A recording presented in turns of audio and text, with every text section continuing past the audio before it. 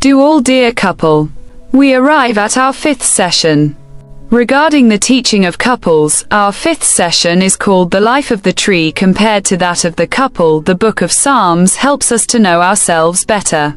Through Psalm 1. Let's try to compare the couple to the tree to understand the importance of the roots as a foundation which can express either DB and attitudes or misfortunes for a couple.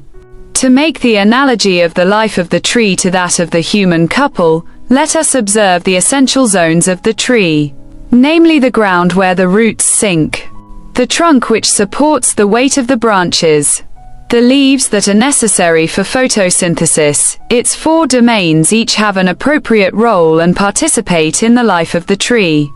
As a mirror, the Word of God reads our entire inner being as the scanner does to detect various diseases that the doctor cannot see with the naked eye. Each part of the tree corresponds to an aspect of our personality and requires a biblical helping relationship, in other words, therapy. The land with its roots represent the environment in which we evolve and our life models.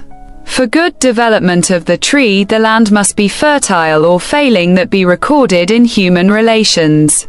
The couple who wants to live according to the biblical model must depart from ambient ideologies and the deaths of retrograde. In a word, it is a question of refusing the harmful influences of our living environment to embrace the will of God, which we can read in Matthew chapter 7 verses 15 to 29. The branches represent our feelings, our emotions. This is the area of neuralgia for the couple. We can be right in our actions but wrong in our actions. A few examples can illustrate this. We can say I love you without our heart really being in it. We can express forgiveness to the other but while keeping contempt and bitterness in our hearts. We can show our generosity to our spouse without actually doing it with you.